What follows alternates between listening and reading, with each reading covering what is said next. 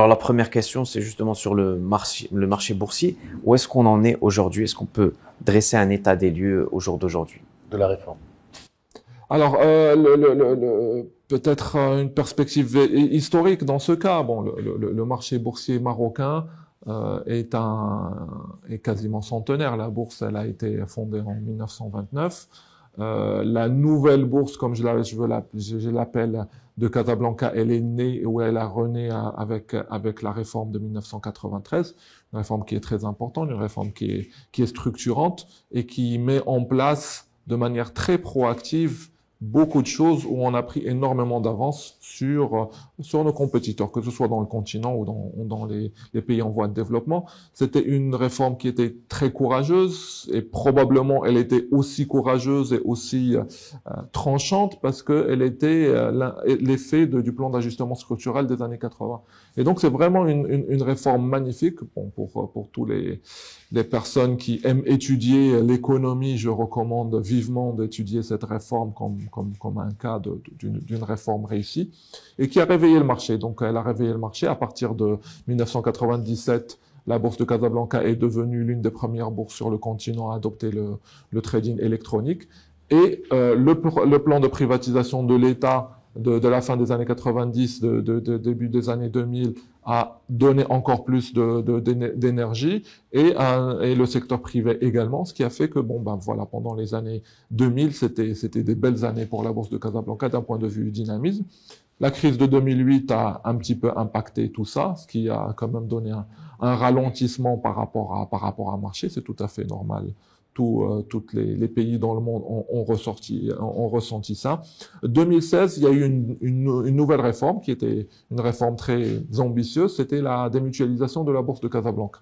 Donc, grosso modo, la bourse de Casablanca passait à un statut d'entreprise avec des indicateurs de performance, une société anonyme qui est détenue par ses plus gros clients. Et donc, on est passé d'une société mutuelle où essentiellement il y avait une grande influence de l'État et des sociétés de bourse à une entreprise qui était une vraie SA avec une structure de gouvernance aux meilleurs standards et avec des actionnaires qui représentent le marché, les plus grands utilisateurs de la bourse, donc les banques, les compagnies d'assurance, la CDG et d'autres, CFC et d'autres encore.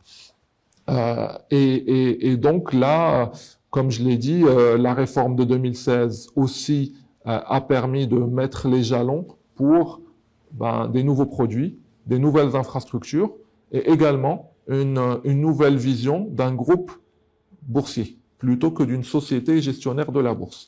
Donc, je rappelle que la majorité des pays, tous les pays développés en fait, sont déjà des groupes boursiers, mais la majorité aussi des bourses sur le continent sont des groupes boursiers. En Égypte, c'est un groupe boursier, Johannesburg évidemment, le Kenya, le Nigeria. Donc, c'est quelque chose sur lequel on avait de grandes ambitions. Et puis, je suis heureux de peut-être vous donner une exclue aujourd'hui, de dire que nous pensons que cette année, nous pourrons enfin pouvoir réaliser cette part de la réforme qui est devenir un groupe boursier et évidemment lancer les nouveaux marchés qui sont la CCP et le marché à terme. Ce sont des choses que le marché attend depuis très longtemps. Depuis toujours. Voilà, enfin, depuis très longtemps, et j'expliquerai peut-être plus tard pourquoi. Mais aujourd'hui, le plus gros du travail a été fait. Les textes dans le bulletin officiel ont été publiés. Un texte en mars sur la CCP, il me semble. Un texte très récent dans le dernier bulletin officiel sur le marché à terme. Et donc, on pourra réaliser une nouvelle étape de la réforme. Ça, on parle de textes d'application, c'est des textes d'application, là, c'est juste les décrets. Alors, ce qui prend du temps et ce qui est difficile, c'est évidemment les choses qui vont au bulletin officiel, parce que vous connaissez, le parcours est quand même assez long. Il y a beaucoup de parties prenantes et c'est normal parce que ce sont des lois. Les textes d'application, nous en avons sorti déjà une bonne partie. Il reste quelques-uns. Mais c'est pour ça que je dis, je pense qu'avec le bon push institutionnel et le bon push aussi des acteurs du marché, que ces textes-là deviendront réalité d'ici la fin de l'année.